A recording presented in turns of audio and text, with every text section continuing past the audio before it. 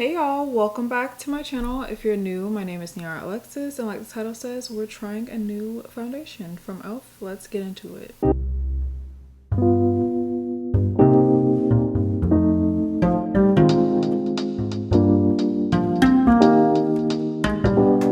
I have to say, I feel like it's been a long time since I actually bought a new makeup product to review strictly for you guys.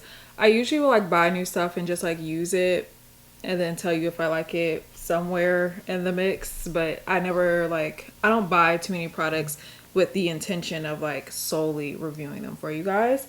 So this is the e.l.f. Soft Glam Satin Foundation. They just came out with this and it is $8. First off, obviously we love e.l.f.'s price point. It's always good because $8 for I got both shades in $16 because we're not on a PR list. So we bought this with our own money. And I have two shades here. I have 53 and 54. These are both deep neutral shades, which I do feel like I have a more of a neutral undertone. Sometimes it can pull more warm, more red, but for the most part, I feel like it is neutral. We're gonna try these, and I'm gonna try, or not try, but share some other makeup that I've really been liking right now at the moment. Some of this has been gifted in PR, some of it I bought myself. I will try to remember to disclose which ones have and haven't been. So to start, I am gonna put on a primer. This is the Estee Lauder Double Wear Smooth and Blur Primer. I have to tell y'all, I'm not even really that much of a primer girl. I wear this primer now because I've seen the light, but only really with this product. There are so many primers out there that I have used and they never have really made a difference in my makeup, I promise you. And when I tell you I've used every primer out there, I've used every single primer out there. Everyone is a cult favorite because I usually can put on my makeup and I get to the end of me applying my makeup and I've already started to show oil. So anything that promises that it can prolong your makeup or whatever, I promise you I've tried it. And nothing as far as primer goes has worked like this. Now for today's purposes, I am obviously using the e.l.f. foundation because I'm reviewing it for you guys today. But if you have oily skin and you like the Double Wear foundation, put this on with it. Put this on, let it sit for a minute or two, and then put the Double Wear foundation on. Your makeup is gonna be set. This is a medium to buildable coverage, long lasting, 1% hydrating hibiscus complex. It says get buildable, just right coverage in a long wearing satin finish with hydration foundation. Using a foundation brush or sponge, buff or blend all over face and onto upper neck. Okay, this is shade 53. And then this is shade 54.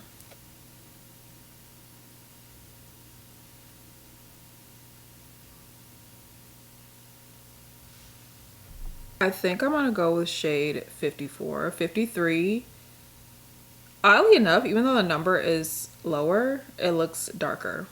So I'm gonna go with shade 54. And if you're new here, I do tend to go for lighter foundation coverage. I don't really wear full coverage foundation on a regular basis whenever I do wear foundation, and that's even if I'm going to a more glam event or something, I opt for a little bit less coverage, and then I apply you know, my bronzer, my blush, and all that type of stuff.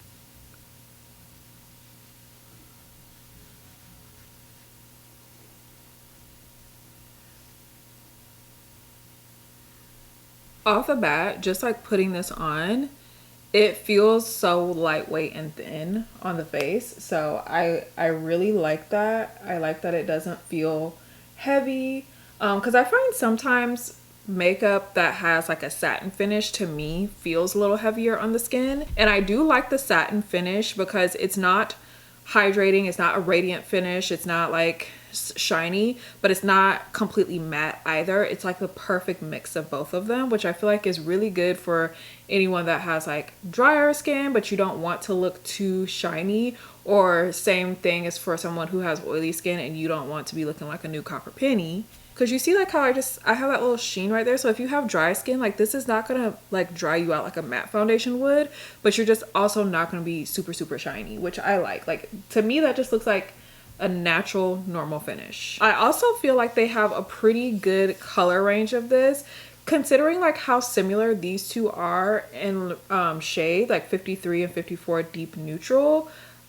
I feel like they did a good job with like finding all the undertones and like having a good range for everybody, so I really like that. We're gonna keep on going with our makeup here.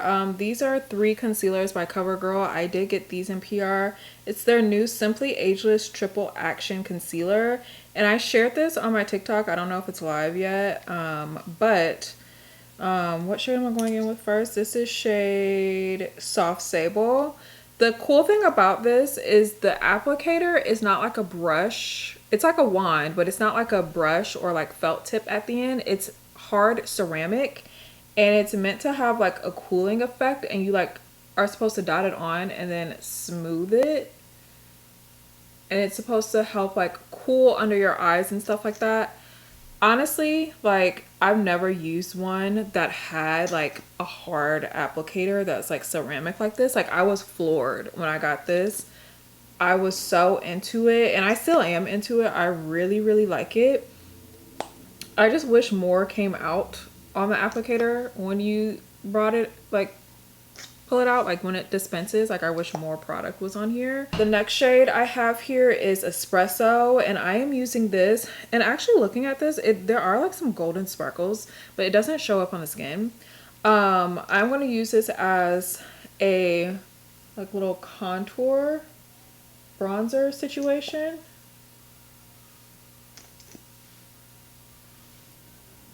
It kind of reminds me of like, remember when it was like trendy when everyone would like dot their makeup on with like the end of their makeup brush, and then like they would blend it all out at once. It reminds me of that. Last shade, which is a lighter shade I'm going in with, is Toasted Almond, and I'm going to do this just like right here in my inner corner.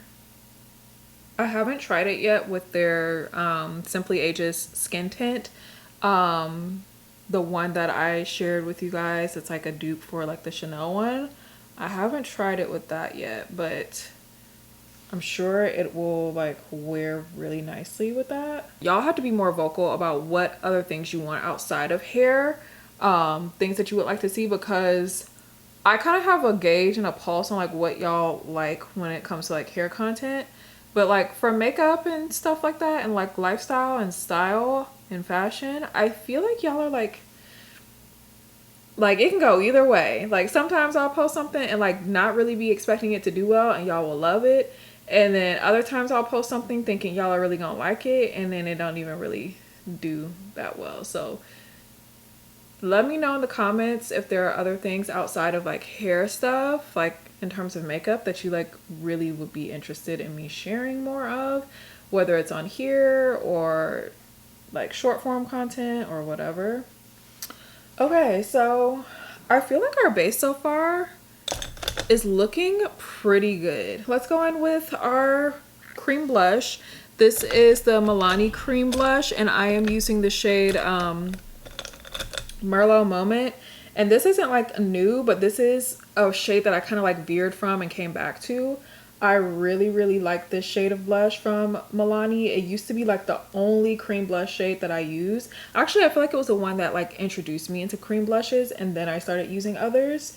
And the technique that I've been doing a lot lately is I'll put down my foundation, my cream bronzer, concealer, all that stuff first, and then I put down like my cream blush, and I kind of like exaggerate it and bring it in a little bit more onto my cheeks here, which I used to didn't do that. I used to be very conservative with my blush. Believe it or not, I used to never wear blush. Like I did not like blush at all. So I come in with my blush and I'm like very heavy handed with it, kind of bringing it into like where I put like my concealer and everything. Then I go back and I'm going to take the same concealer I was using before, the lighter color, Toasted Almond, and I'm going to do like a few more dots under my eyes. I don't know if you guys have seen this like trend on TikTok lately, but it's basically a trend where like girls are doing their concealer after blush, which I at first was like, no, like you do your concealer first and then you put your blush on. But now I'm kind of like really liking it and I'm like hooked on it. So we have done that. So we can go ahead and do our powder now. This is the Laura Mercier Rose Setting Powder.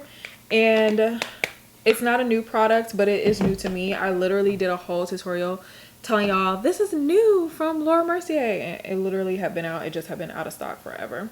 And another technique that's kind of new to my routine is typically I would use a wet sponge to put on my powder. Now I've been using a dry sponge and I feel like it's low-key making my makeup last longer. Like maybe there's something to it because like there's not that additional moisture there that I don't know, but I feel like it is making my makeup last longer. Like I feel like my under eyes, coupled with the fact that I'm using like new products and stuff, like I have one like a new primer that I'm really liking and stuff like that, but I do feel like my under eyes don't crease as much and I do feel like they just like last in terms of like my makeup and how long it will look fresh and look good. I feel like it's a bunch of different things, but I definitely feel like the dry sponge has something to do with it. Just give it a minute. We look ashy, I know. Just give it a moment. Moving right along. So for bronzer lately, I have been using this Dior blush. Now, a lot of girls have been saying, and I kind of agree with them on this, if you are buying these blushes like strictly for blush, like where is the pigment?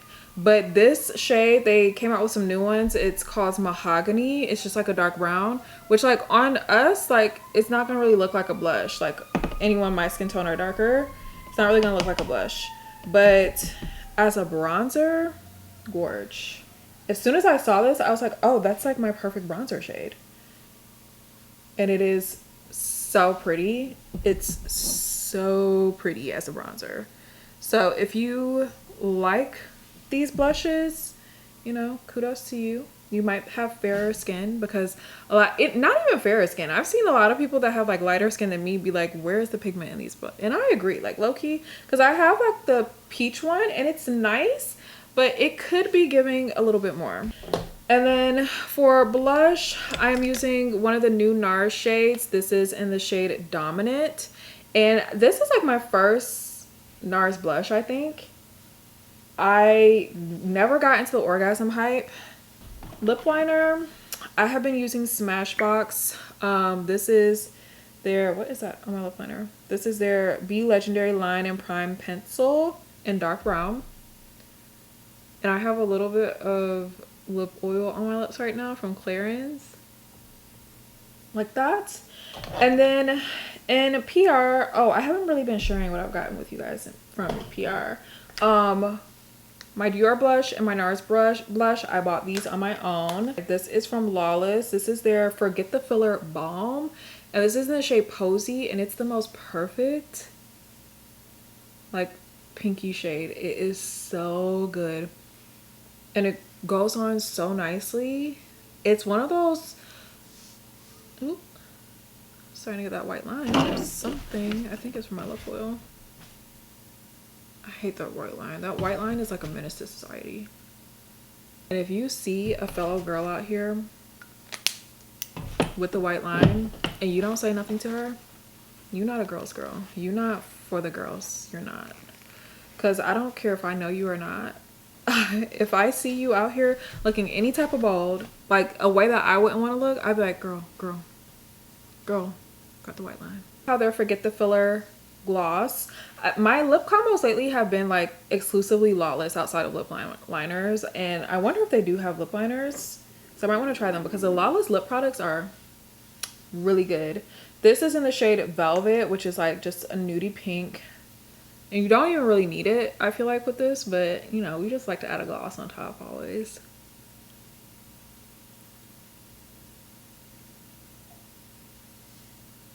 So this is our finished look. I feel like this makeup looks so nice. This has like been, honestly, this routine has been like my go-to like if I'm going out somewhere. Like, this is not every day, but if I'm going out to like dinner, like tomorrow I'm going to church and me and Wendy are going out and about afterwards, I'm gonna probably put on this same exact routine. This has been like my go-to. Excuse me. But this foundation, she is for sure going in the everyday makeup section. This foundation is so good. If you have been thinking about it, been curious, you've been waiting for somebody to review it, I'm telling you right now, go get it. It's $8. This is like the most perfect mix between a radiant and a matte foundation. I'm sorry. Hi. It looks so freaking good. Like, this is one of the drugstore buys of the year. Like, Soft Glam Satin Foundation from e.l.f. Yeah, they did it with this one. Shade 54 is the one I have on right now. I also have 53. 53 is just a little bit darker. If I get a tan or something, I'll probably use this one, but I'm gonna be going with shade 54 for now. This is really good. This is really, really good. e.l.f. did a great job with this foundation. I don't know how long they've been working on it, but whoever was in the lab cooking this one up, you need a raise. So I hope you guys enjoyed that little review mixed with like products that I'm really enjoying right now. Like I said, hair details will be coming soon. If that video is not up already, it will be coming soon. Okay, so just wait, but it could be up already, so go check my channel to see if you see it. But if you don't come back here and say, oh, I don't see it, then that means it's coming. Okay, so thank you guys so much for watching, and I will see you next time.